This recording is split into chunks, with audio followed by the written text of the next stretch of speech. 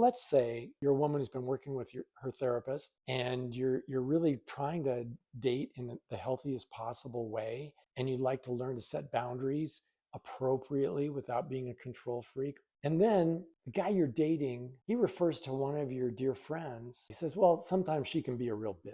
Okay, that's a mild form of abuse because putting your friends down is abusive of you. And referring to her in sexist language is a bit of a red flag for me because that red flag is a portent of future problems with sexism. Because today it's your girlfriend who's a bitch, tomorrow it'll likely be you.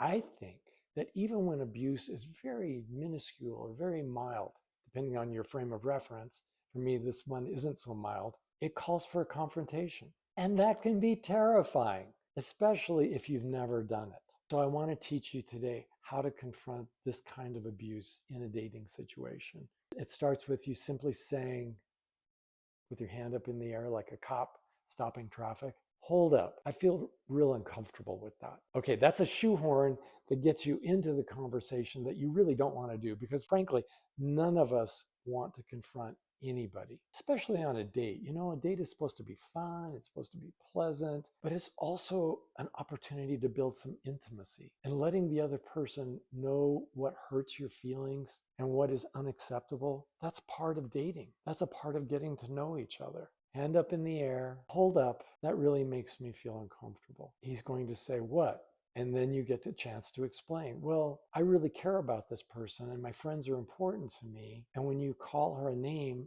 it makes me concerned about our future. If I do something like what she did, are you going to be calling me a bitch? Oh no, I would never call you a bitch. Well, would have an easier time believing that if you didn't call anybody a bitch. Would that be acceptable to you? He might be so in love with you and so afraid of losing you that he might be willing to sign a pact with the devil that he really doesn't believe in. But you can tell the difference between sincerity and insincerity. You can trust yourself. Bringing up this conversation is going to open him up to your way of thinking and open you up to his way of thinking. And you'll be able to assess each other so much more accurately, so much more lovingly. And even if you decide eventually he's not for you, you'll be able to explain exactly why, whether it's to yourself or to your mom. Why can't you ever keep a man?